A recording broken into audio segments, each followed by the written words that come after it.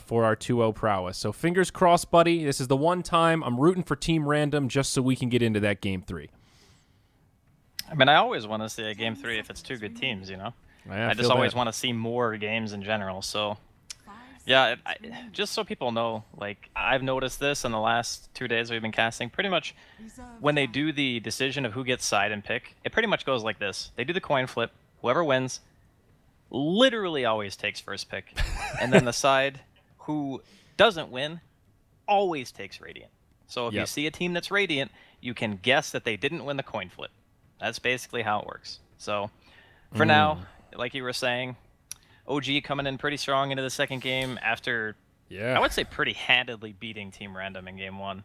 There were just a couple of little things that Team Random did wrong, but OG just always punished it so hard that there was not really anything that they could do to come back. I mean, it's funny to say, but when you see a Naga in a game, a lot of the time you look at the Naga and you think that's going to be like the most important hero. Honestly, No Tail could have been playing anything that game, and I think they would have just crushed it. That's like how much work the rest of his team was doing. Yeah, I mean, Ana, again, had a standout performance. The TA had a lot of farm, put a lot of pressure on. He had Blink Dagger, Treads, Aquila, and Desolator by 18 minutes. Very impressive farm. Not something you see every day. But we will see a couple heroes banned out here. Earth Spirit and Treant taken out by Team Random. And OG actually going to be the ones to ban the Puck. And this time they will ban out the Vengeful Spirit, which Team Random did run last game. So Monkey King going to be the first pick again, but this time it'll go into the hands of Team Random themselves. Yeah, I like it. It's not only taking it away from Jerax, but, you know, I think having the one defensive support and one aggressive support combination has had a better track record for me personally, just because then, you know, we see how badly the offlane gets shut down. You just have these situations where, you know, last game, Faith Beyond couldn't get any items, playing that Legion Commander that the Chinese teams have loved so much, and OG just made it do nothing, like the whole game. So now, OG getting their hands on S4's Clockwork, one of his better heroes, I would say. Really good against Monkey King, actually. Can isolate the hero, can spot him out. You can't really trade against Clockwork either because of Battery Assault and like the eventual Blade Mail, so it's a nice direct answer to the Monkey King. Yeah, I like it. Any kind of vision tools. You know, we talked about it last game. Well, I guess you brought it up several times last game, just how much vision OG had between the Monkey King, between the Disruptor. It gave them a lot of possibilities. So we'll see what they do to complement the Clockwork. Still a lot of options here. Yeah, I think it'll be a support of some kind. I'm just not entirely sure what support. Yeah. We'll see if Team Random can utilize the Monkey King as well as Jerax did last game. I actually like Phoenix. I know it's one of the heroes that Fly plays a lot. I think it's got good synergy with Clockwork. Oh, okay, it's going to be the Warlock. Okay, so it is a Fly hero, but the Warlock is definitely a solid choice as well. Yep. We know him. We love him. Big team fight, great lane sustainability, and potentially big damage with Fatal Bonds if you can get it off, though. Easier said than done. At this point, teams seem to know how to play around the Warlock pretty effectively, and it's, all things considered, pretty rare to see more than 3 heroes hit by Fatal Bonds at once. But when you get those sweet moments when you can combo it just right, boy, is it nasty. Yeah, that's the big thing. Because last game we had that Warlock played by, I think it was Y? Yeah. Yeah. And he just couldn't, like, no matter what he did, he was either getting ran at by a TA with a Blink Dagger and a Deso, or he was in a Static Storm, or there was a monkey on him. Couldn't get the monkey off his back, man. Unfortunately for, I guess, Fly this game, Monkey's going to be on the other side of the field this time. Do you think Random are considering LC? It's a comfort pick. Of course, it got shut down hard last game, but you know, it's something we've seen very regularly. Maybe they can pick it now because they can protect it. So what I would do is if you were going to pick Legion in this scenario, you would pick Legion and then you would ban out like Ricky, and you would ban out something else that Jerax can play that is super annoying, right? I mean, if they were to take it in the first phase, that's how they would do it. But they're going to stick with the Crystal Maiden. It's something that a lot of teams are playing now, just overall really solid hero in general. It also opens up a lot of opportunities to pick a little bit, you know, spam-centric heroes, because you got that Arcane Aura, or yeah, it is called Arcane Aura. Okay, I actually had to double check. So, yeah, I think that I still Team Random have, Yeah, so do I. Like in the back of my mind, I was thinking, wait, what's the Dota 2 name? Because I don't actually play the hero myself that often. But I do like the opening coming in here from Team Random. It's a bit more ambiguous. It gives them a lot of things that they can change into, and yeah, OG will ban the Legion. So I think it's totally about the dynamic of the first two heroes. If you pick something that is aggressive enough, then that means that the enemy team doesn't want to pick Legion anymore because it can be shut down. But if you have a defensive opener, and you can just ban out the other heroes that can shut down the Legion in the jungle in the second ban phase, then you can absolutely second pick it. Right. That's like the weird dynamic of how the hero works right now, because it feels like every time you first phase pick it and it's not protected, it just loses. But if you can get that really nice setup, then it has huge impact. I'm interested to see a DK ban from Team Random. I know it is something that OG has played a little bit. You know, it's a hero that does get snagged from time to time, but not one I'm accustomed to seeing banned out in the current meta. Well, it's an Ana hero. It's something that facilitates 5-man Dota when they already have a Warlock. That's so I true. think they're just target banning Ana to force him into picking something, because they've already banned Storm too, right? So like Puck is gone, Storm is gone, DK, Invoker. You're kind of running out of mid heroes. And they showed last game that Team Random are perfectly okay putting Shadow mid. Doesn't have to be Blink. Is this So the they can ALK transition game into something else. for OG? It was banned last game. I think Elk's pretty good, but they haven't seen either core yet. It's a little scary. Maybe you don't need to. If Yeah. you want the ALK, probably don't have to pick it here. Wait and see what they grab third, and then decide if you still want it with a fourth pick. Yeah, I think OG are the type of team who would wait to pick Elk. I don't Yeah. think they would pick it now. Fair point. Maybe looking at the second support here. Why not just go like the tried and true Juggernaut for No-Tail? I mean, it's a hero he's played a ton. Yeah. Good for push, good sustain, good team fight. Very hard to just directly counter. I think it leaves their draft pretty wide open still. And a hero that can deal with Crystal Maiden, no problem. You know, that magic immunity goes a long way in the laning phase. Yeah, they're taking their time though. Thinking it through, just making sure that they're not leaving themselves susceptible to anything. What's left for Jerax? So Earth Spirit's banned. Monkey King's been snagged. Good question. What is Ricky? left for Jerax? Yeah, I think now that I think about it, yeah, his hero pool actually might even be smaller right now than the mid because of how many of those heroes have been banned out. Ooh. Okay, it is the Ana hero. SF it is. All right. So that's their push. So Also now they banned have something last that game. can hit towers. Yeah, second phase ban last game. Yeah. That's correct. All right. I like it. You know, talk about tried and true. Comfort zone for Ana for sure. And Warlock, definitely a nice defensive support to pair with that. If the lane gets tough, you can just kind of sit back, stack the jungle for him, and then just pop into lane and give him heals with Shadow Ward. So it's a great support to complement the Shadow Fiend that doesn't have to leech XP and can still provide a lot of utility. The big thing is he's going to crush the mid no matter what it is because he's going to have clockwork cogs. So he's going to have like anywhere from 8 to 10 souls, and he's going to walk to lane and he's just going to kill it. Like it's going to be so hard to deal with. What do you think about that mechanic? Do you think that should be kind of like a bug and fixed? I don't think it's a bug. I mean, I have a hard time believing that robots have souls, but at the same time, a lot of things in Dota don't necessarily have to make sense. You know, that's why Sir Action Slacks is allowed to exist. Doesn't have to make sense. It's just there. So, I do think it's a little bit cheesy, but hey, if it wins you the game, by whatever means necessary, you know? Yeah. No, absolutely. I don't fault teams that do it. You know, we used to see similar shenanigans like Venom Wards and stuff like that. So it's not that outlandish. It's just a strange mechanic that we've seen time and time again now where it's not really a surprise. And there also isn't a big drawback to picking, you know, Clockwork and Shadow Fiend on the same team. They can work very well together. But alas, I digress here. Third pick, Bat Rider for Team Random. So some nice initiation there. Most likely they're off laner. And now Abaddon picked up for OG.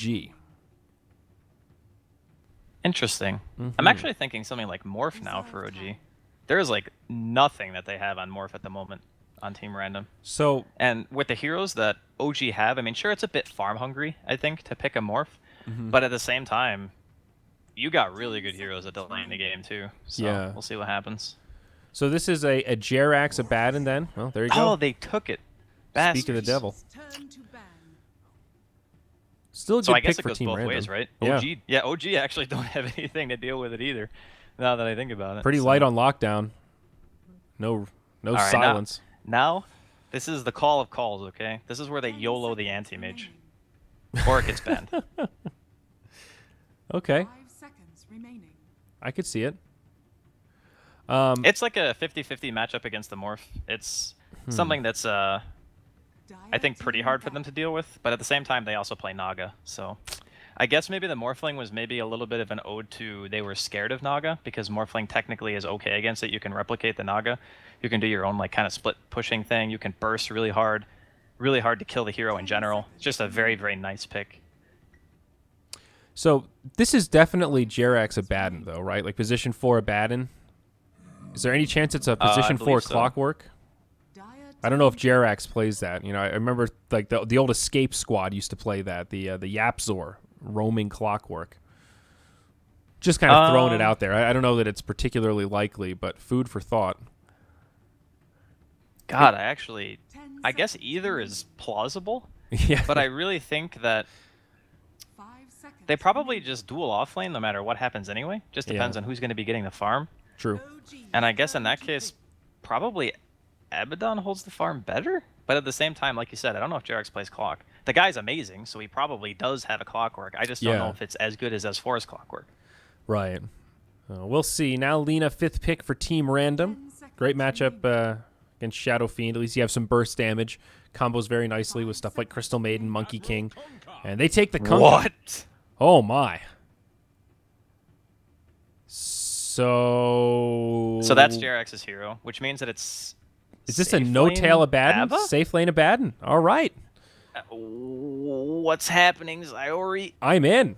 I like it. Curse of Avernus, baby. Let's go. Wow. Okay, so if it is what I think it is, then it feels questionable because the normal safe lane Abaddon build is to go for the Radiance. Mm-hmm. But I don't actually think that's good against Morphling. What about... Because he just...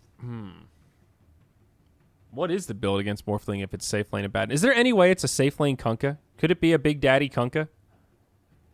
I wouldn't completely rule it out because I've learned over the course of 6 years casting Dota that every time you think 100% that you're right, you're always wrong. So I'm not gonna say one way or the other. I'm gonna wait to see what happens, and then I'm gonna talk about the pros and cons because I've been burned one too many times by my own hubris. Mask of Madness Basher on a core Abaddon. Oh God! Please tell me you've never done that. Well, Mask of Madness has been changed, but I think Abaddon is one of those heroes that really hates silence more than a lot of other cores that might consider buying Mask of Madness right now. So that build is a little different than it used to be, perhaps.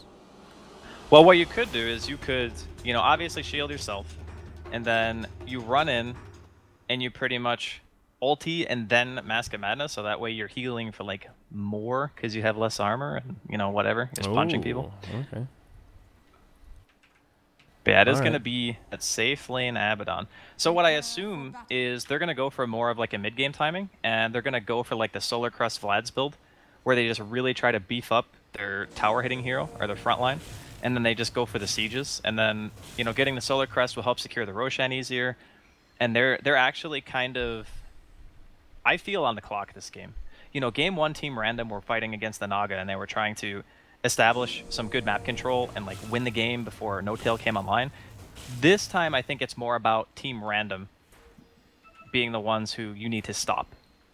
Because if you just give him a free lane and Shadow gets farm, the Lina is a great matchup against the Shadow Fiend as well. Yeah. It can get a little tricky. Yeah, you never want to sleep on a Morphling. And we've seen a lot of off-lane sacrificing and free-farming Morphling. Give him 15, 20 minutes alone. We saw it yesterday, how devastating that hero can be. So I definitely agree with you. The Jerax Kunkka, though, it's not a hero we see too often, but one that has a lot of power. Last match we talked about gotcha, right? Kunkka, the master of gotcha. X marks the spot, 1,000 range, pull you back, great on allies. OG definitely have options here, and I think they have the right tools to be aggressive. If I were a betting man, I would put some confidence in this Clockwork Abaddon. Well, considering the Shadow Fiend is starting with 17 souls, I'd say that his lane might not be so hard. You know, I didn't know that 17 was possible. I mean, that is a lot. They are extremely good at doing it. I almost guarantee you they've practiced that in the lobby. Oh, no doubt. Because they instantly attack the same cog, and it's always the very top cog, and then they go clockwise. So as long as you know that's the order, you can get as many as you want. A lot of teams do it as kind of like a cheese, but they don't actually practice it. So when they get into a game, they get like half the value. OG literally got the maximum amount that you can get, I think. Like maybe you can get 18, but damn, that was close. It does also mean, though, that he sacrificed the level 1 bounty rune. Gave it to his offlaner. That's true. Yeah, I usually see... he gave it to... I think he gave it to Jarex. I don't remember. No Tail and Jarex grabbed him, yeah. But yeah, I usually see about 9 souls on Shadow Fiend when I see this more commonly. Down bottom, Fly actually taking some damage here, but he's got the Shadow Ward. He'll heal himself back up after taking a few love taps there from Ice. Still very curious what build No Tail goes for this game. Also worth mentioning that Shadow is in the off lane. They're doing some aggro action here on the side of Random with the Monkey King and Crystal Maiden keeping him company. So it is a 3-on-2, trying to put some pressure on this Abaddon. Yeah, this is a really, really tough lane to deal with, even for a hero like Abba, who is normally very tanky. Like, he might even be in trouble. It's almost... Yeah, he's got the Jingu proc now. He's going to have to just walk all the way around. He is going to be suffering in this lane. Yeah, kind of unfortunate. Stray Clarity. Oh, wait, it's a Monkey King. Yeah, that ain't a melee hero. Fly. Taking a lot of damage here. That Jingu Mastery. Man, does it hurt. Ice is doing so much work right now, Draskell. This is actually ridiculous. He's giving him the run at. And No Tail has no choice but to kind of retreat here. Meanwhile, mid, Lina getting low. Jerax and Ana, they find it. That's a Shadow Raise for the win. And Shadow Fiend already had a great start with the souls, and now he finds a first blood on top of that. Amazing start for him as he lucks into a double damage rune at 2 minutes. Honestly, I don't think it gets much too much better than that. Yeah, it's pretty much the dream start. Top lane, though, S4. Faith Beyond in a little bit of trouble, but he's got Firefly for a little bit longer. S4 getting kind of aggressive here. Doesn't have too much time left on the battery assault. As we're watching this, there will be a counter kill mid onto Ana, and Blink will pay with his life. So they'll go 1 for 1. And no kill up top. So sorry about that one, folks. Thought that Bat Rider might die. So I guess that helps the Lina, at least breaking up some of the souls of the Shadow Fiend. Takes him back down to 10. So that's pretty good. But unfortunately, the Lina dies again. He's going to get him like all back right away. Yeah. Yeah. I don't know. Is it worth it? 8 CS. I mean, sure, in the situation where you get jumped because you get hit by a stray torrent, getting the counter kill is the best possible play. Yeah. S4 down could bottom. be dying here as well. Yeah, locked in place by the Frostbite, but damage not quite there. Shadow doesn't want to lose his mana, so they just finish off the cogs instead. This time Lina has to walk back to the mid lane. That's the most painful thing, man. When you die as a mid player and you TP back and then you die again, and you're just like, TP's not even off cooldown. He might die again. Here we go. Jerax on the Kunkka, unrelenting torrent into X. Ana connects with another raise, and that'll be one last auto attack to secure the kill. Lina dies for a third time. Shadow Fiend 1, 1, and 2. Been involved in every single kill. All about this mid lane.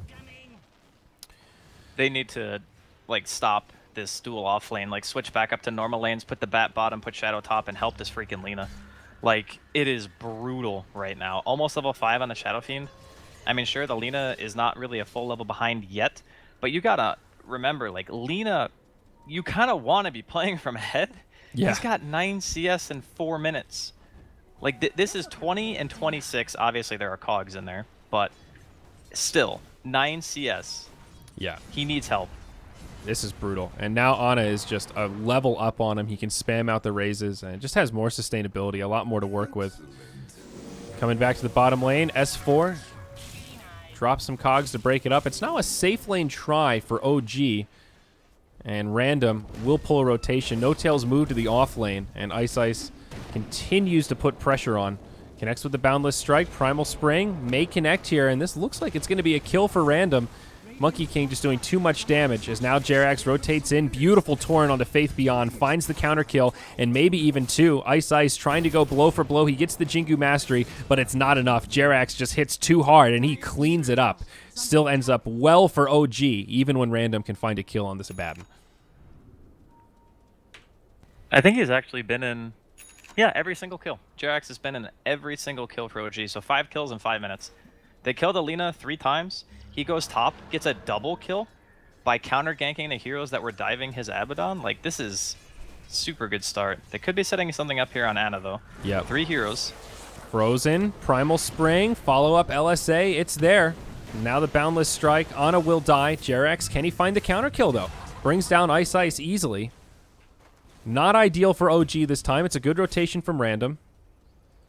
Meanwhile, up top, Faith Beyond gets a solo kill on the Abaddon without lasso. Yeah, I'm actually not quite sure how that happened. He must have... Oh, his TP was down. So he must have, like, TP'd back to lane. Oh, God, again. There's just action everywhere. X, again, onto the Lina. Pulls him back. The Frostbite does slow down Ana, but one more raise. Oh, the raindrops. Lina will survive, but if he can get in range for this auto attack, he will find the kill. Jerax almost goes down, 40 HP. Crystal Maiden really wants this, but I don't think she's going to be able to find it. Phase Boot's already up on Jerax. He's just too fast. The Nova's off the mark, and she falls again. 7-4, it's OG. Still maintaining this lead. Oh, no, actually not. It's Random out farming them. This whole time, Morphling's just been farming away. Number 1 on net worth. But this is turning into a core Kunkka here. Look at his farm. He's super farmed. I mean, Jerax is playing a great game. S4. Bottom as well? Well, S4 is probably going to go down here. Beautiful Cogs, knocks back Shadow, but they've got this vision advantage as Ice Ice jumps back down, and S4 almost finds a counter kill. Actually, a close call is now Jerax, the man of the hour. X, Torrent, he's going to have a combo here, and of course it's a counter kill onto Shadow. Ice Ice will survive. He's going to jump around the trees to stay safe. The Kunkka that doesn't stop. 4-0-4. Yeah, I haven't really had chance to analyze anything. They're just literally fighting nonstop, which I'm okay with, don't get me wrong. There was, in the river, actually, he could have killed Alina again. He tried to cleave off the CM illusions, which would have hit, but he accidentally canceled his auto attack. But unfortunately, for Y... Oh, is this a hasted Jerax? No, he's just fast. He's got phase boots. Chases down the CM. I mean... He's making it look easy. He's making Kunkka look like a completely broken hero right now. Could you imagine if this was the first game of Dota you ever watched? You'd be like, dude, who's that pirate? He looks like the best hero in the game. Why doesn't everybody play the pirate? He's OP. Let's go. 5-0-4 in 8 minutes as a support. Why kill creeps when you can kill heroes? This has just evolved into like an all-mid game or like all-fight game. Hook shot onto the Lina. LSA does connect, but there's a torrent from outside, and that'll be yet another kill. Ana rotates over to get it. Lasso onto Kunkka. Jerax will take a decent amount of damage, but he's got phase boots. He just walks out of it, turns, drops the X, but might hang around a bit too long. Ice Ice jumps forward. Ana actually just goes for the TP home, and he'll make it.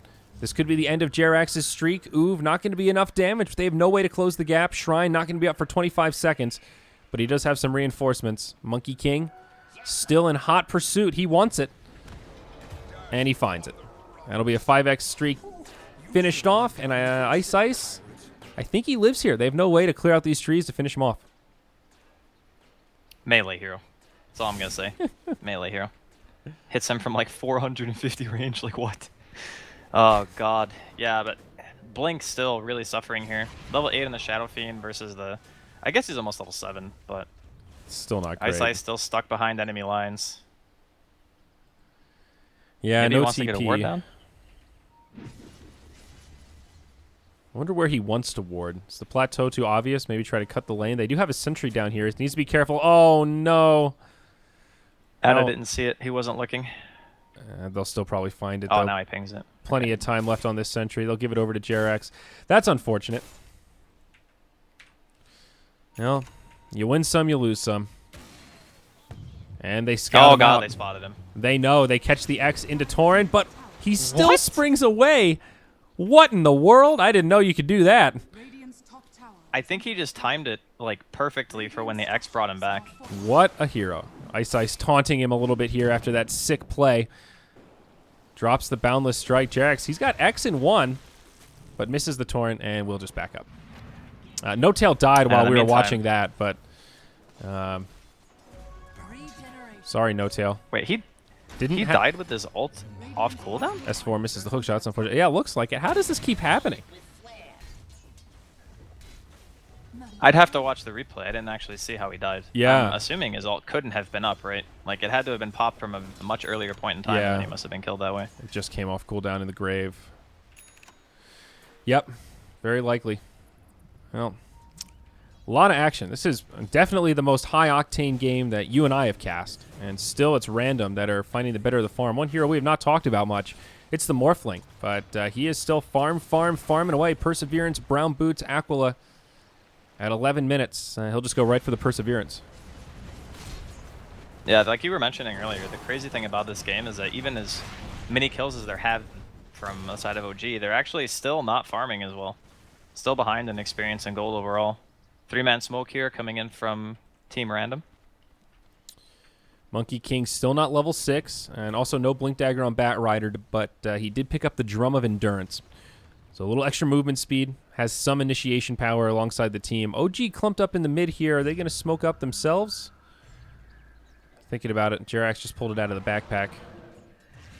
They might just press forward mid instead. Meanwhile, down bottom, initiation onto S4. Faith Beyond kind of grabs him here, but hook shot out of the cogs. Now the lasso, boat flies across. S4 buys himself a little bit of time, but it's not enough.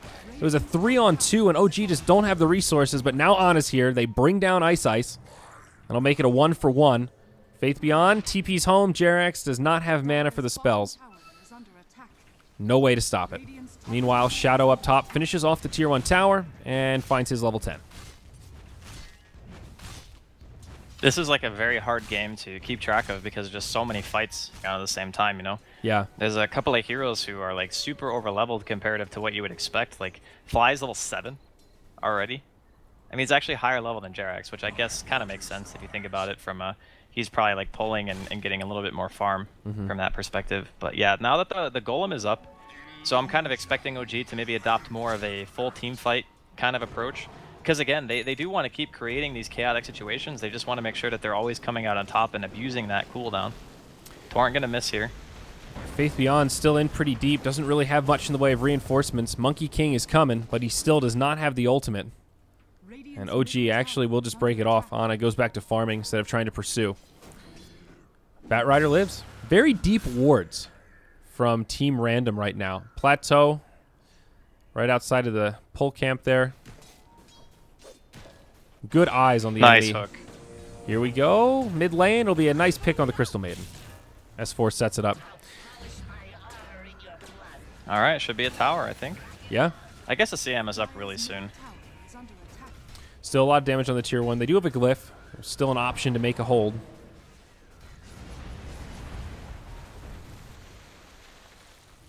Torrent just barely off the mark on the Lina. Faith Beyond on the back line. He does have a lasso. He might look to initiate here. They drop the stun onto Ana to start things off. Primal Spring connects on a few. And this Shadow Fiend in a lot of trouble. Wukong's command comes out. They lose Ana. S4 doing some decent return damage to Ice, and they will actually bring him down. No Tail uses the borrowed time as Freezing Field from the CM comes out. They'll burst down No Tail, and it's a 1-for-2. Not a great fight for OG, and it's not done yet. S4 on the run. Shadow chasing him down. Will secure the kill. Make it a 1-for-3. Team Random taking control. They lost the SF way too fast. Like, the coordination coming out from Team Random was really solid. They get the Q from the Monkey King, the Boundless Strike. They hit him, they stun him. He leaps in straight away, throws out the Wukong's command. They land a Light Strike array on top of that, dropped a Laguna Blade. And I think Fly hesitated too many times on his ult because he was like cancel casting, trying to get it like perfect to make sure that they get the counter initiation. Yeah. But by that point, there was no saving Ana. Like, he was already way too low. They will be able to just walk back up though and get the tower after the fact. But well, that's nice. They do lose the fight. Yeah, and a haste rune for Ana here. Just right into the Dragon Lance. So pretty tanky Shadow Fiend, but that far forward, they've got a lot of tools to initiate. You know, the Boundless Strike into Lasso, the Bat Rider, pretty speedy with that Drum of Endurance. And after the success of that fight, he's getting close to the Blink Dagger, 1,600 gold. So something else that OG will have to keep in the back of their minds will be coming online pretty soon. And Lena, man, she has really recovered. She's died a lot of times, but now 4-4-1, number 3 overall on net worth, only 600 or so behind that of the Shadow Fiend. Very solid recovery, all things considered.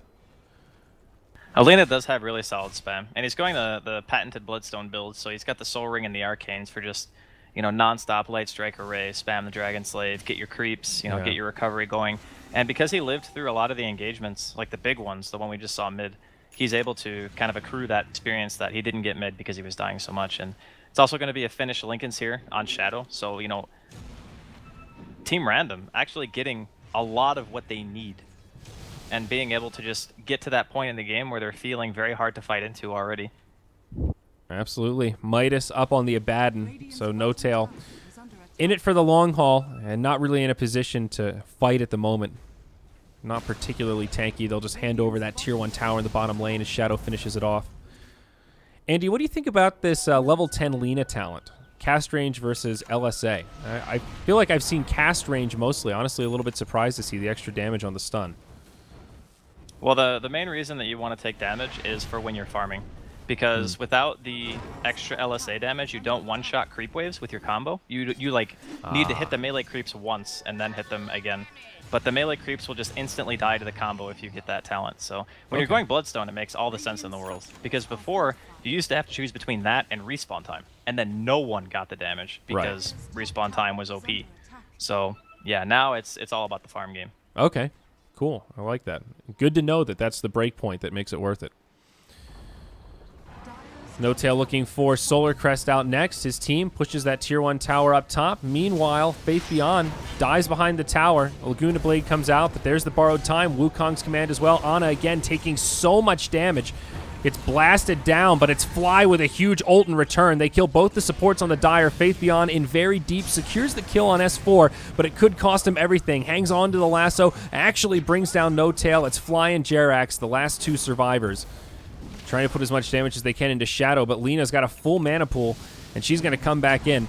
This could be kind of scary. They do a lot of damage to the Golem, trying to finish off this Bat Rider. He'll look to TP home, but Fly gets the kill. Jerax on the other side. Boat comes across, but not there in time to delay his death. It's another good fight for Random, though OG do get a little bit out of it. TP home from Lena will be successful. It's a 3-for-4 overall, 400 net worth gain for Team Random. That was a crazy fight, man. Yeah. Like, Faith Beyond was in there. He just, behind enemy lines, gets hook shot, doesn't care, keeps going in farther, farther, farther. One of the last heroes to actually drop in the team fight. The Golem was pretty solid. Actually gets the full duration, too. He's going to kind of fizzle out here. And I guess Fly is going to be pretty happy with that exchange because that is pretty much a full Midas. Like, he just got rich from that team fight. So that's kind of like the, I guess, the hidden value out of that team fight for OG is their Warlock is now going to be like accelerated into his Refresher Aghanims, which is really where you want to be. But at the same time, Ana is like, he went from having an amazing start to kind of struggling now. He's 2 levels behind Alena.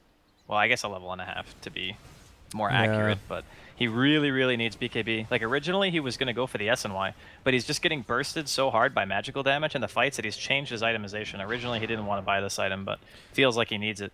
Absolutely. It's never ideal. He's going to feel, I think, underwhelming in the damage department before too long with just Dragon Lance and BKB, especially if he upgrades the Lance just right into a Hurricane Pike. It's 2 kind of more defensive utility type items. So, yeah, tough game for Ana. I mean, he's been a little bit forward with his positioning, and now that he's fallen behind, it's just going to get harder. Also, checking in on the Morphling, that burst damage can become a reality. He's got the Boots of Travel now secured, and it's going to be that E-Blade on the horizon next for Shadow. So, even more incentive for Ana to pick up that BKB sooner rather than later. The BKB is going to be an integral point in the game, though, for OG, because if they don't make anything big out of the fresh BKB, and like having these chaotic offerings being dropped, it's going to get real tough real fast. Because that Morphling, we saw how tanky Shadow is. He was sitting there pretty much the entire fight, even walked back in after most of his team was pretty much dead. Yeah. And just kept fighting, kept fighting, kept fighting. And, you know, obviously the last 2 heroes being Jerax and Fly alive at that last team fight, they can't kill a Morphling. It's just not happening. So they need somebody who can actually kill the Morph. And I'm just kind of questioning who is that? Like, what hero can kill Morphling on this team right now? Yeah, I don't know. Jerax has an armlet. He is transitioning into a little bit more of a right clicker. They will break the Lincolns, but replicate other side of the map. Morphling will jump to it and dodge the gank. Also transition that into a tier 1 tower push. They'll grab an objective. Lasso all the while. Jumps onto the clockwork, and S4 in a lot of trouble. He does have a force staff, but it won't be enough to save him. His team will try to take the tier 1 down bottom. They force out the glyph, and they will finish off the tower, but unfortunate for this clockwork. He is lowest on the team. This is basically a position 5 clockwork right now. Brutal. Yeah, I mean, they first picked the hero. When you first pick a clock, you kind of have to expect that it's going to not be a good clockwork game. The only reliable targets he can hookshot are like the Lina and the Crystal Maiden, I guess. And the Vision game against the Monkey King, like I get all that, but it's still very hard to make the hero function, I think, against this type of lineup that Team Random has. Because there's so much like area control and area damage where you're just going in as this clockwork and you're just dying. Like there's Dragon Slays, Waveforms, Fire on the Ground, Flame Break, you know, Light Strike Array, Crystal Nova, Freezing Field. Like everyone on the side of Team Random does some kind of AoE damage. So Clockwork can't really isolate as well as he wants. Right. Tier 2 for Tier 2. Top lane, Morphling able to finish it off, and OG do commit. Ana finds the last hit there. He does have the BKB in tow, still the 10-second charge, ready to rock and roll, and goes right back for that SNY queued up. I really think that OG want a Roche right now. It's kind of tough against and the Monkey King as well, but they got the Solar Crest completed on the Abaddon, and he's got full Curse of Avernus. So with the Shadow Fiend minus armor and the Solar Crest, they can actually kill it pretty quick. It's just going to be a matter of can they establish the map control to get it. Because if they don't get Roche, it's going to be real hard for them to get to a point in the game where they're going to feel confident, I think. S4 looking for the opening. Hook shot onto the Lina, but she's got a Shadow Blade, and they are lacking detection. A missed opportunity there. They do have a Sentry Ward. Looks like Fly's going to head up and drop it. But he gets lassoed, pulled in. Laguna, they bring him down. Fly will be the first casualty of this fight. No Tail maybe gets left behind. Wukong's command pump faked. Still has it available. X comes out onto the Bat Rider. That'll push him back. OG in full retreat mode. Ana, BKB, looking for the Requiem. Does connect on most of the Dire. Wukong's command comes out. They'll bring down the Crystal Maiden. Ice on the low ground will survive through it. Not the most amazing debut of that 10-second BKB charge. And now Ana, without magic immunity, will get initiated on. Random trying to follow up. Morphling joins the party, but nice cogs from S4 in the choke point. Breaks things up. Ice comes in looking to finish off the kill, but he gets finished off himself. Ana with another Shadow Raise. Faith Beyond, Force Staff. He gets into the front lines, brings down Ana. No Tail, does not have the ult. He's running out of resources. OG just getting picked off one at a time. S4 still very low. Force Staff's up to the high ground. And I think that'll be the end of it. OG finally make it back to their base, but they lose a lot along the way.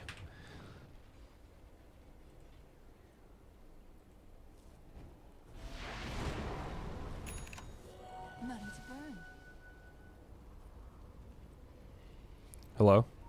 Did I lose you, Andy? Oh, am I there? Hello? There we go. Okay, weird. I guess my mic came unplugged there for a second. But yeah, the whole fight was... I think it's showcasing how strong Batrider is against these kind of lineups where you have like a ton of melee heroes. The Abaddon can really only shield every couple of seconds. Everyone else just covered in like sticky napalm. And you can just bait out so many spells. And Borrowed Time has to be used at some point to be able to, you know, either get rid of the debuffs or cast some spells on your teammates. They're going to go for the Roche fight though.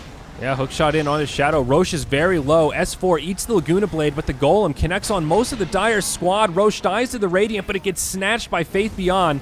The boat is what finally finished off Roche. Now BKB, the 9-second charge used by Ana. They want to try to finish off the Bat Rider, but they can't do it. They lose Fly. Jerax in the front line will not be able to survive. And it's another rather disastrous fight for OG. Primal Spring does connect on No Tail. His ult on cooldown, but can they actually pursue to grab this? Flame Break bops him to the side. They're going to have Jingu Mastery in a second. LSA connects, and this should be a dead Abaddon if they can just get in position for the remaining right clicks.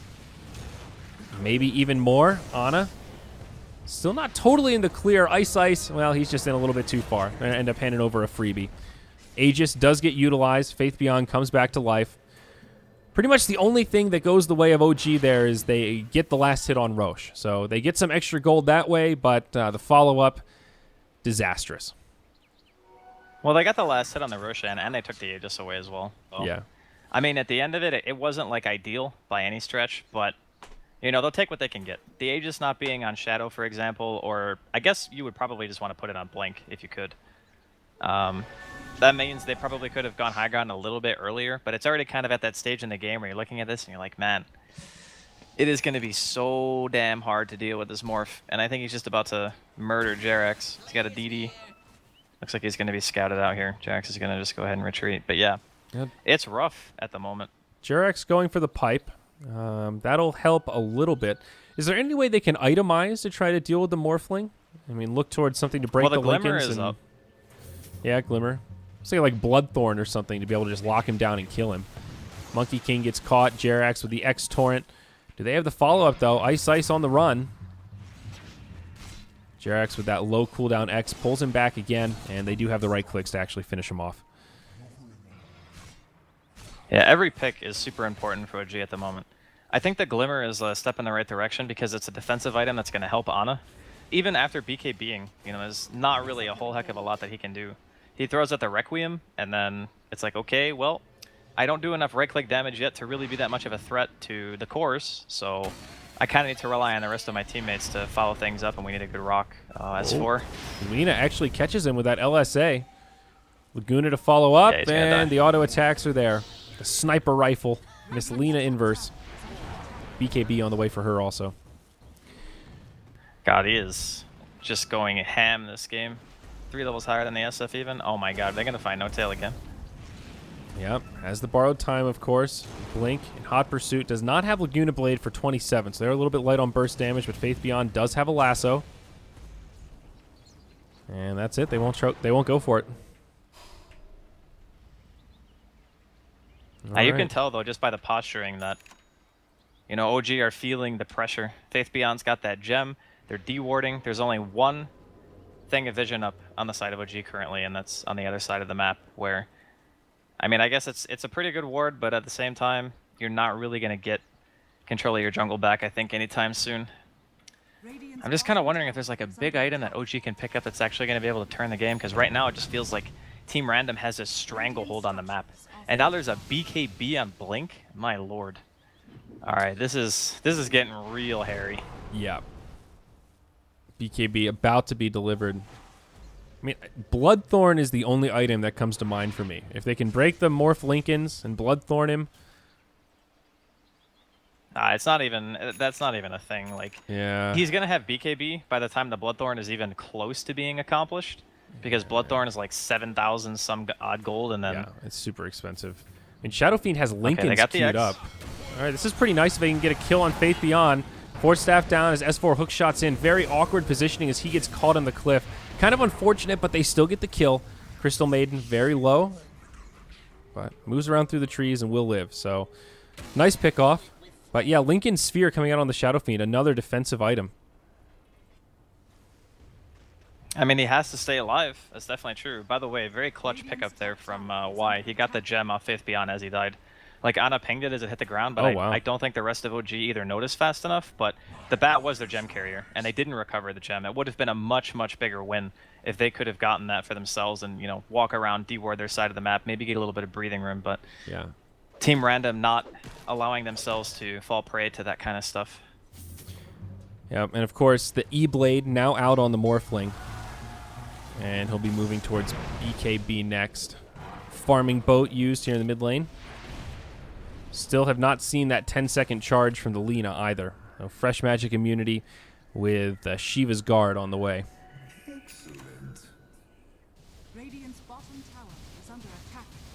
Well, Lincoln Shadow Fiend after SNY and Dragonlance.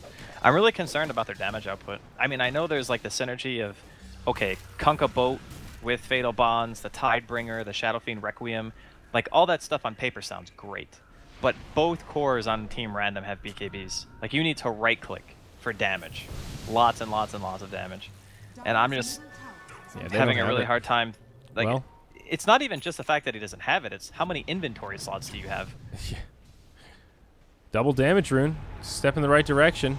Hoping Shadow will walk up to the high ground, but will not fall for it, and has a replicate down anyhow, so not an easy target to try to kill. Does a lot of return damage to No-Tail. Forces out the borrowed time right away. Sentry Ward comes down, but No-Tail very low on HP. They catch Faith Beyond. Bat Rider getting low, but LSA buys him some time. Does not keep him alive, however. Couple of pronged attacks coming out here as Shadow on the back line. Almost finishes off Jerax. Nice. They drop the Golem. They bring down Lina, and she uses the BKB charge. That's pretty huge. It's the gem as well. Okay, so 2-0, gem down. And one less second of BKB they'll have to worry about. Yeah, that's a decent victory. Roshan, not even close to up. That's a little bit unfortunate for the OG squad, but... That was as good as it gets, honestly. Like, yeah. Outside of Roche not being up. If Roche was up, that would have been, like, the absolute perfect fight. Kind of went for the scramble, going for the gem when Faith Beyond died. And then, you know, Blink puts himself in a very, very dangerous position and just ends up getting picked off, so... Very nicely done from OG. Oh, God, his fort. Oh, my. That's the shotgun, baby. Load him up and knock him down. Lincoln's gets broken. Now Faith Beyond jumps forward. Does have a lasso here. No-Tail takes the E-Blade burst. That'll be the borrowed time. And again, it's Ana that gets grabbed by the lasso. Wukong's command doing a lot of damage. They destroy Fly. Ana just TPs out. And OG kind of cut their losses. They lose 3, so still pretty devastating. And I think Shadow Fiend did also BKB for that. Yeah, that was his 8-second charge. So that also hurts. We'll be on cooldown now for another 50 seconds. Just wanting a little bit too much out of the team fight win, I think. And Random, again, just punishing them so hard. This Morphling pick, my goodness. This hero is doing so much work this game. There's just no answer. Uh-oh. Jerax walks forward, trying to X himself back to safety, but it's too much damage. They just kill him. No buyback on the Kunkka. Oh, no. Can you not X when you're frostbitten? Apparently not. I don't actually... He might have still been stunned by the LSA, to be honest. I'm just, like, kind of thinking out loud. But, yeah, really, really nice chain crowd control there coming in from Team Random. That's a free melee Rex. They kill the Kunkka, they just get out. Roshan's going to be up soon. The timings that Team Random are hitting right now are perfect. Like, they're going to get the Shrine, they're going to get Roche, and then what's the Golem timing? So 30 seconds, give or take. If OG contests this Roshan and fails, I think it might just be GG. Yeah, it's starting to feel that way. 24-27, maybe feels like it should be more even, but it's a 15,000 gold difference. And as we've said time and time again here, there's just no answer to this Morphling. 8-1 and 8. I wouldn't be surprised if Shadow doesn't die again this game. He's got BKB and Lincoln's. Still a 10-second BKB. Scotty or Manta coming out next. I mean, he's pretty big. Yeah, this is a rough one. I think, honestly, it really boils down to the fact that the Clockwork has just had such a hard time really being able to do what he wanted to do. There's just not really that much that he can accomplish in these fights. He's just getting wrecked like every single time he walks forward. But Andy, they're look always at this. getting... I mean, they're going for the Roche, but they know. Like, Team Random definitely knows. Oh, my. They jump right in. Lasso grabs Ana straight up, but the rock comes down. They actually focus at BKB, pop by Lina. They do kill Crystal Maiden first. Shadow relatively low on HP. It looks like a good fight for OG. Roche does get finished off by the Dire, but Ice grabs the Aegis. It's just snatch. Now Ana, caught by the Laguna, will survive as he gets Glimmer caped away. Ice loses the Aegis. Shadow still getting pretty low, but survives. They kill the Shadow Fiend. Clockwork's still alive, but a few more right clicks will bring him down, and OG get completely cleaned up. Looked like they had a window there, but all 5 hit the deck, and Random beeline it towards the Radiant base. Ice, God. He goes in, he gets the last hit on Roche against a Shadow Fiend, and he gets the Aegis. Like... Oh my God, that was brutal to watch. Monkey King is going to be banned game 3. Yeah. I'm pretty sure. No doubt. 100% win rate this series, and an amazing performance, really, in both games. Glyph comes out. There are 2 buybacks available for OG, the Abaddon and the Shadow Fiend, so this game might not be over yet. But the tier 4s go down, and it's looking pretty likely that Random will be able to end it here. Ana buys back, gets lassoed immediately, X'd back, BKBs. Random finish off the tier 4s, and with the next buyback, they will start to retreat. Hook shot out from S4. X onto Faith Beyond. But S4 just dies first. They destroy the clockwork. The Cogs do push back the Bat Rider. He falls, and they get the gem back, so OG get a little something out of it. But they did have to use a couple of buybacks. Not great. Economical damage. Yeah. And they're going to get the... They could get the Shrine on the way out. Maybe they're a bit hesitant. They're going to see a hero show top. Maybe they change their mind. Yeah, there we go. Our boy Blink's going to hit it down. Still, though, really solid performance out of Team Random, especially after the kind of thwomping that OG handed him in game number 1. It's very impressive to see a team bounce back like this. So, hey, man. First full 3-game series for us to cast. Well, Absolutely. Maybe I'm saying a little bit too soon, but I'm excited at the aspect of getting to watch the teams again. Yeah, I mean, a little greedy from Random to try to go for the win. They get the tier 4s, so they do still get a lot of net worth out of it. But as we pointed out, the buybacks just cripple OG further, and we're now up to nearly a 30k net worth and experience difference. Butterfly on the way for Ana. So evasion will help. I don't think there's any MKBs on the enemy side. Nope. The only one I think who would make one would be Lina, and I think Blink's going for Daedalus, yeah. He's got the Demon Edge and the Crystalist, so he's going for the big pew-pew. Straight damage. Yeah, he decided to skip the Shivas, actually. Just picked up the plate mail for some extra armor and went right into the right click. I'm kind of surprised he didn't go for MKB, because they already had a Solar Crest. I don't think Morphling is a good MKB carrier at all. You pretty much just want stats. Right. But Lina can actually buy MKB, because you have such huge attack range. You sit in the back, you hit through the Solar Crest, you hit through the Butterfly coming out as well onto Ana. Or maybe he just didn't see the Eagle Song yet. I'm not sure. Either one is plausible, I suppose, at this point. Well, but yeah, looks Jerax like has Rapier queued up, so they're in Hail Mary mode. I mean, he's got... Wait. He's got I was gonna say I was looking at the gold. courier for a second because he had no money, and I was like, did he actually just buy Rapier? How does he have that much money? And then I realized that he actually only has 400 gold. Yep, he's busted. So long range siege here. Lina just destroys the tower. Shadow now moves up to the high ground. BKB still ready to be used. There is no glyph for OG, so not an easy defense here. Wukong's command gets deployed. BKBs get popped as Ana starts off the fight. Nice golem comes down from Fly, Ice, even with the BKB on, still taking a lot of damage, but the Shadow Fiend rendered completely ineffective.